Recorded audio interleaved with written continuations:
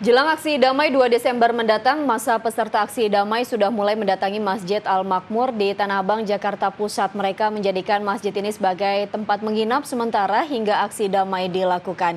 Dan untuk mengetahui kondisi di Masjid Al-Makmur, kita langsung bergabung dengan Irfan Tanjung di sana. Irfan, apakah sudah ada peserta aksi damai yang datang ke Masjid Al-Makmur Tanah Abang saat ini?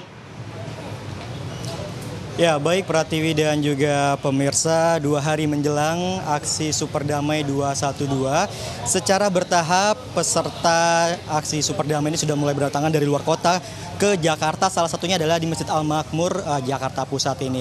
Dan memang Masjid Al-Makmur ini merupakan salah satu masjid yang akan nantinya tempat beristirahat bagi ratusan bahkan ribuan peserta aksi Super Damai yang akan diselenggarakan pada 2 Desember 2016 mendatang. Dan berdasarkan pantauan kami tadi juga tidak hanya di Masjid Al-Makmur saja tapi juga di Masjid Al-Islah Tamburan, Jakarta Pusat juga telah ada persiapan baik dari kepengurusan FPI maupun dari kepengurusan masjid terkait dengan penyambutan ribuan dari peserta aksi Super Damai 212. Dan untuk di Masjid Al-Makmur Jakarta Pusat ini sendiri juga segala persiapan telah dipersiapkan baik dari pengurus Masjid Al-Makmur itu sendiri maupun dari peserta yang sudah hadir. Dan memang berdasarkan data yang kami dapat bahwa saat ini sudah ada 8 peserta yang hadir di Masjid Al-Makmur untuk mengikuti aksi Super Damai 212 mendatang. Dan memang tidak hanya itu saja, segala persiapan juga telah dipersiapkan baik dari persiapan logistik dari kepengurusan Masjid Al-Makmur itu sendiri. Dan kami juga sempat memantau kegiatan di sekitar Masjid Al-Makmur ini bahwa juga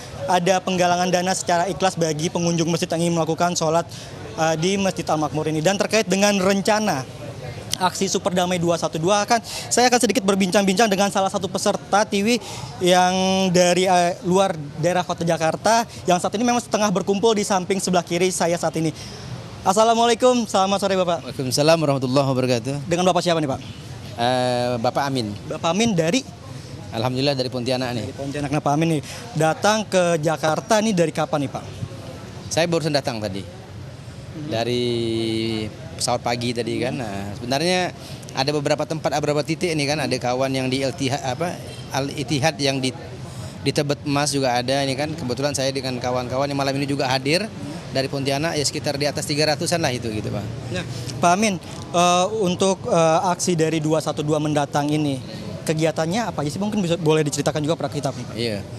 Kegiatannya seperti yang protap yang disampaikan oleh Habib itu kan, nah itu udah jelas lah. Pagi kita adakan tausiah, kemudian zikir, baca selawat dan sebagainya sambil kita berdoa ya kan.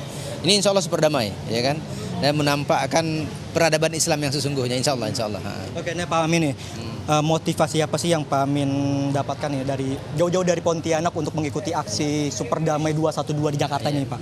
Ya, sebagai seorang Muslim tentunya kita harus mengambil hikmah daripada semua ini ya kan, bukan berarti kita semata-mata mencerca dan mencela ya kan, tapi ternyata hati-hati kita dan hati maaf Irfan ya namanya kan, kita disatukan dan bisa kita ketemu gara-gara si Ahok lah kasarnya gitu kan.